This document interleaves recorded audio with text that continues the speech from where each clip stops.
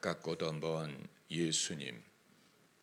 예수님이 가까운 이유는 우리의 주님이시고 우리가 의지하고 경배하고 따르기 때문이고, 예수님이 먼 이유는 그럴수록 예수님이 높아지다 보니까 인간 예수로 보지 못하기 때문입니다.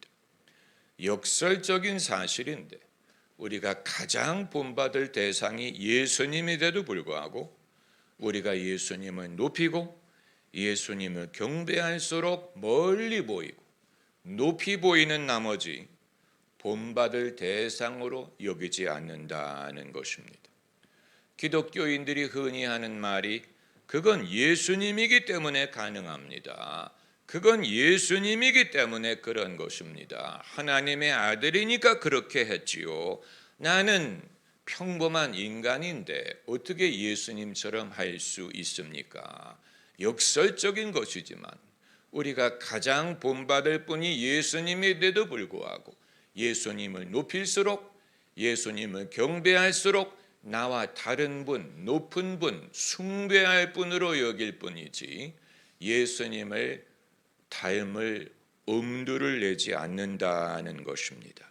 그러나 여러분, 우리가 예수님을 닮을 수 있는 가장 큰 근거는 인간으로 오셨기 때문이에요. 인자가 되신 하나님, 말씀이 육신이 되어 우리 가운데 거하심에 인자가 되신 하나님, 예수님이 사람처럼 보이기만 한 게 아니고 정말로 사람이었어요. 우리가 성경을 읽을 때 예수님이 나와 같은 사람이었다는 사실을 주목하시기 바랍니다. 인간으로서의 속성을 갖고 계셨어요. 배고픔, 예수님이 시장하실 때가 있었죠. 목마르다라고 말씀하실 때가 있었죠. 너희가 나와 깨어있자 고독하게 느끼실 때가 있었죠. 예수님이 슬퍼하실 때가 있었죠. 기뻐하실 때가 있었고 때로는 분노하실 때가 있었고, 가장 큰 증거는 예수님이 죽으셨다는 사실이에요. 예수님의 인간됨의 가장 큰 증거는 십자가에 달았더니 돌아가셨다는 사실. 사흘 만에 부활했죠. 그러나 그건 결론에 너무 빨리 가는 것이고 예수님이 피를 흘리고 죽으셨다는 사실에서 예수님의 인간됨의 증거를 볼 수가 있고, 내가 믿을 대상인 것뿐만이 아니고 나에게 본보기가 되시는 예수님을 발견하기를 바라는 것입니다. 어떤 분들은 예수님은 너무 어려워요. 예수님은 너무 힘들어요. 예수님 말고 다른 분을 성경에서 찾아 본보기를 삼을 수 있지 않습니까? 그럴 사람이 없어요. 성경에 여러분이 누구를 닮겠습니까? 모세를 닮겠어요? 다윗을 닮겠어요? 밧세바를 닮을 거예요? 베드로를 닮을 거예요? 누구를 닮을 것입니까? 성경에서 그들을 닮을 수 있는, 배울 수 있는 이유는 우리처럼 흠이 많았는데 믿음으로 살았다는 사실, 우리와 성정이 같은 사람이었다는 데에서 나도 믿음으로 살아야 되겠구나를 배울 수는 있지만, 그들이 우리에게 본보기가 돼서 내가 엘리야처럼 될까, 내가 다윗처럼 될까, 내가 요셉처럼 될까, 이렇게 할 수 있는 것이 아니라는 것입니다. 우리가 예수님을 닮아야 될 이유는 완벽하셨기 때문에, 그게 이유예요. 완벽하셨기 때문에 못 닮는 게 아니고 완벽하기 때문에 닮을 필요가 있는 거예요. 예수님을 닮을 수 있는 근거를 생각해 보려고 합니다. 첫째는 예수님이 환경을 선택하지 않았고 주어진 환경에서 완전함을 이루셨기 때문이에요. 이걸 우리가 배우기를 원합니다. 예수께서는 당신의 환경을 선택한 게 하나도 없었어요.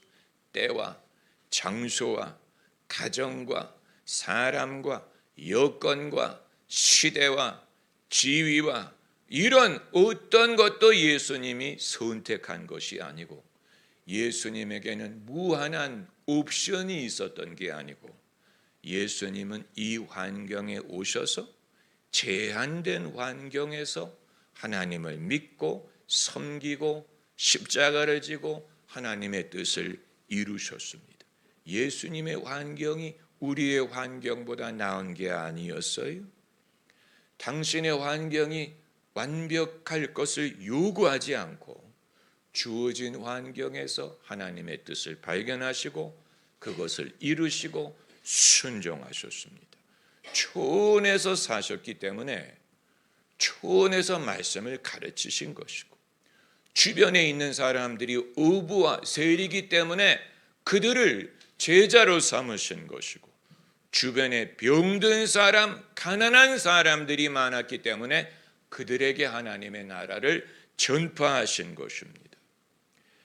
하나님의 뜻을 이루기 위해 어떤 환경을 탓할 수 있는 것이 아니라면 내가 완벽하지 못함을, 내가 순종하지 못하는 것을 내 환경의 탓으로 돌리지 말고 남자로 태어나고 싶었던 것도 아니고 여자로 태어나고 싶었던 것도 아니고 대한민국에서 태어나고자 한 것도 아니고 이 모습 이대로 태어나기로 선택한 것이 아니지만 여기에서 하나님의 뜻을 발견하고 여기에서 내가 행복하고 기뻐하고 나누고 여기에서 하나님을 찾아 그것을 이루면 됩니다. 여러분, 그것은 대단한 것입니다. 두 번째로 예수님을 본받을 만한 근거는 인간관계의 현실 속에 거하셨기 때문이에요. 석가모니는 깨달음을 얻기 위해 사람들을 뒤로하고 은둔했어요. 혼자 뭘 했습니까? 혼자 뭘 했어요? 그리고 깨달음을 얻으려고 했어요. 예수님은 사람들 틈에 살면서 거기에서 하나님의 뜻을 이루셨습니다. 이것이 굉장히 큰 차이점이에요. 진리를 찾기 위해 내가 어디 외딴 곳에 가야 되는 게 아니고 예수님께서는 인간관계의 모든 의무와 짐과 현실을 피할 수 있는 게 아니고 오늘 본문에서 보는 것처럼 가족 관계에서 발생하는 일들이 있잖아요. 오해가 발생하고 그 어머니가 근심했다라고 말을 하고 예수님을 찾아다니고 찾아오고 물어보고 데리고 가고 예수님이 순종하시고 따라가시고 어머니에 대한 의무, 형제에 대한 의무, 가정에 대한 의무, 인간에 대한 현실을 예수님이 회피할 수 있는 게 아니에요. 그 가운데에서 예수님은 사셨어요. 하나님의 아들이라고 예외가 있는 것이 아니었어요. 우리가 흔히 생각하기를 내 주변 사람들만 아니면 내 주변 사람들이 나의 걸림돌이고 내 주변 사람들이 내 십자가야. 여러분, 왜 이렇게 십자가가 많아요? 힘든 건 다 십자가라고 여길 것입니까? 그게 아니에요. 예수님도 그걸 피하지 않았고 예수님이 그 속에 사셔서 모친이 계셨고 요셉이 아버지였고 형제가 있었고 이 모든 일 세금을 내야 했고 이 모든 일 그 가운데서 순종하고 사랑하고 그리고 하나님을 쫓은 것입니다. 그리고 세 번째는 예수께서 능동적으로 하나님을 찾아 나섰고 하나님의 뜻을 분별하셨고 당신의 목적을 알고 계셨다는 사실이에요. 분명한 수직적인 면을 소유하셨어요. 이건 예수님에게 아주 독특하고 현저한 부분이에요. 우리는 생각하기를 사람들과 잘 어울리고 사랑하고 사랑을 주고받고 그러면 되는 것 아닙니까? 사람들과 잘 어울리고 사랑하고 거기에 천국을 경험할 수 있는 것이 아닙니까? 그러나 예수님은 사람들과 분리되더라도 사람에 좌우되지 않고 상황에 좌우되지 않고 능동적으로 하나님을 찾아 나섰고 하나님의 음성을 들었고 뜻을 깨달았고 당신의 역할을 알고 계셨어. 어렸을 때부터 뛰어난 지혜를 소유하셨다고 해. 47절에 듣는 자가 그 지혜를 귀히 여겼다. 여러분, 예수님이 12살의 나이에 무슨 인생의 시련으로 하나님을 찾으셨겠어요? 당신이 어떤 괴로움으로 하나님을 찾았겠습니까? 그게 아니지. 그게 아닌데 능동적으로, 그 말은 수동적이지 않고 어떤 강요에 의한 것이 아니고 반동적인 동기가 아니고 인생에 대한 반동이 아니고 능동적으로 하나님을 찾았고 하나님이 계시는 곳을 찾아갔고 뜻을 깨달았고 그리고 내가 아버지 집에 있어야 할 줄 알지 못하셨나이까. 이건 여러분 대단한 것입니다.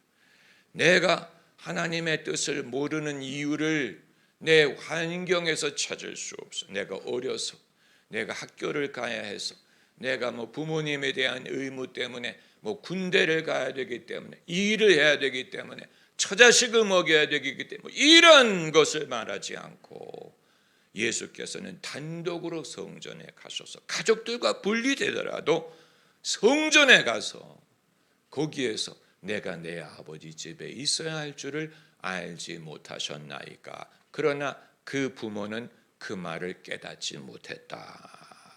이 부분에 있어서 예수님은 아주 독특하고 특별하고 어렸을 때부터 예수님에게는 분명한 하나님에 대한 신뢰, 하나님에 대한 믿음, 하나님의 뜻을 깨닫는 것이 당신의 삶에 어떤 의미가 있는 것을 알고 계셨다는 사실이에요. 할렐루야. 여러분, 많은 사람들이 하나님의 뜻과 나의 것을 별도로 생각하려는 못된 성향이 있어요. 하나님의 뜻을 추구하는 것은 하나님을 위한 것이라고 생각해요. 그건 하나님의 혜택을 위한 거지. 하나님의 영광을 위한 거지. 하나님을 위한 거지. 나와 무슨 상관일까? 그러나 예수님은 내 아버지의 일을 나도 한다. 그게 바로 내가 내 아버지 집에 있어야 할 줄 알지 못하셨나이까. 이걸 두 개로 본 게 아니고 하나님의 뜻을 알면 내가 어떻게 살지를 알게 돼. 그게 나에게 유익이야. 그게 나에게 생명이야. 나는 내 아버지의 뜻을 행하는 것이 나에게 양식이야. 별도의 것을 하나님의 어떤 호의를 베푸는 것이 아니에요.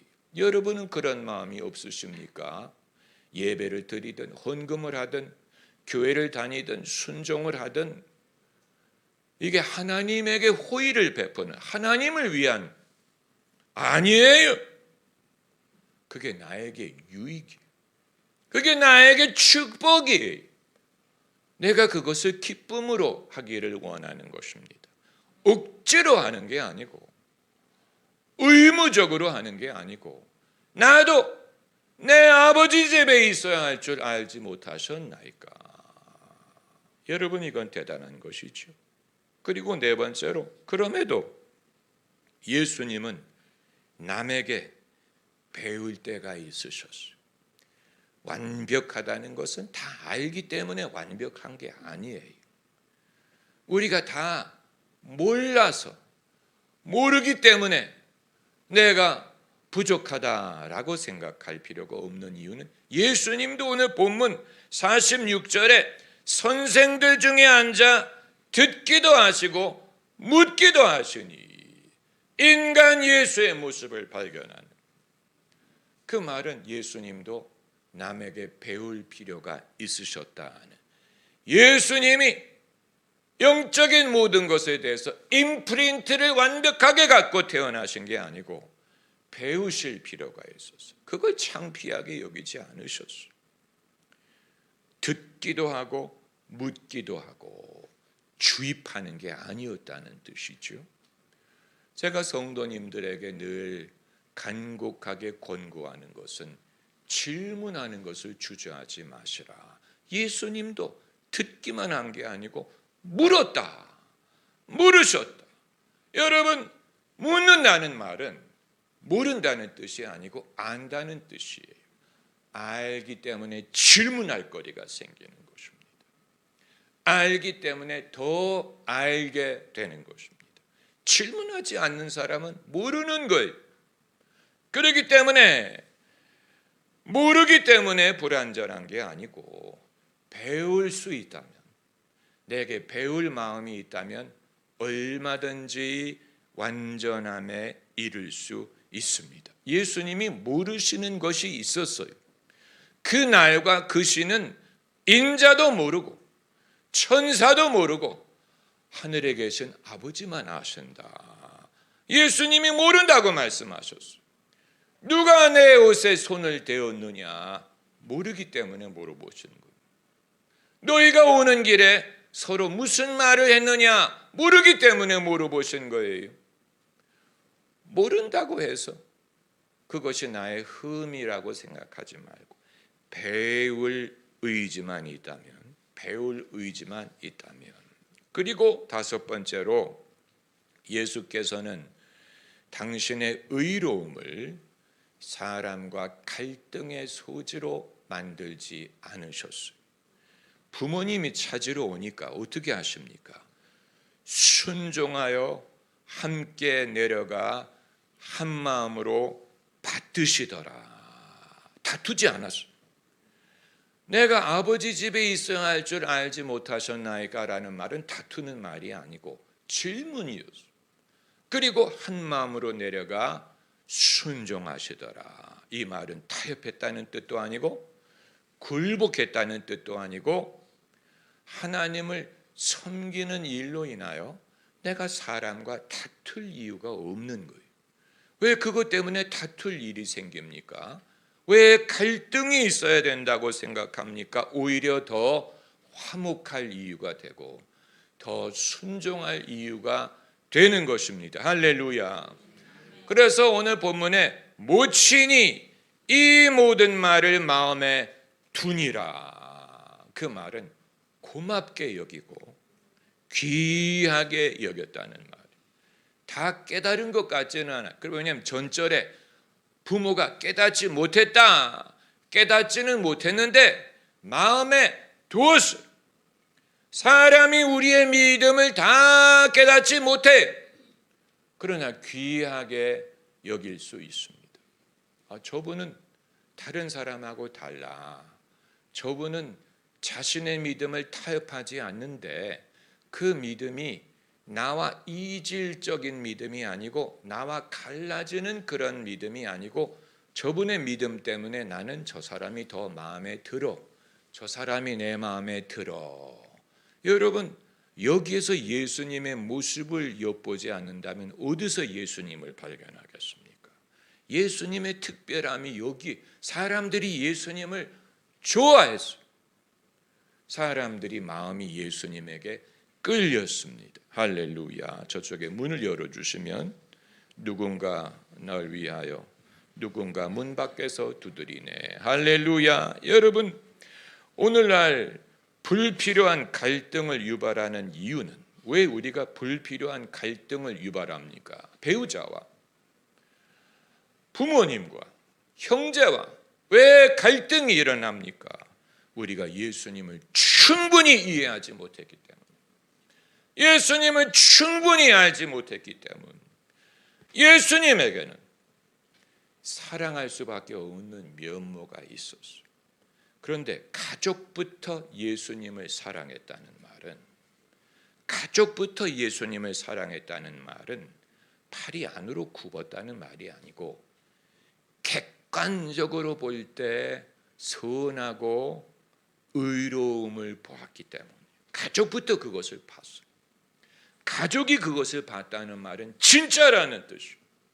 가족이 봤기 때문에 남들도 볼 수가 있었던 거예요. 팔이 안으로 굽어서 그런 게 아니고 가족이 볼 때도 예수님에게는 특별한 면이 있었어요. 마리아가 마음에 두었다. 이건 내 아들이지만 남다른 애, 나보다 나은 면이 있어. 내가 모르는 것을 예수님이 안다. 이후에 요한이 이것을 말하기를 하나님의 독생자의 영광이요 은혜와 진리가 충만하더라. 아주 신기한 성경 구절이 아닙니까? 이 구절을 처음 읽으면 그들은 좋겠네. 그들은 그걸 볼 수 있었으니 얼마나 좋겠어.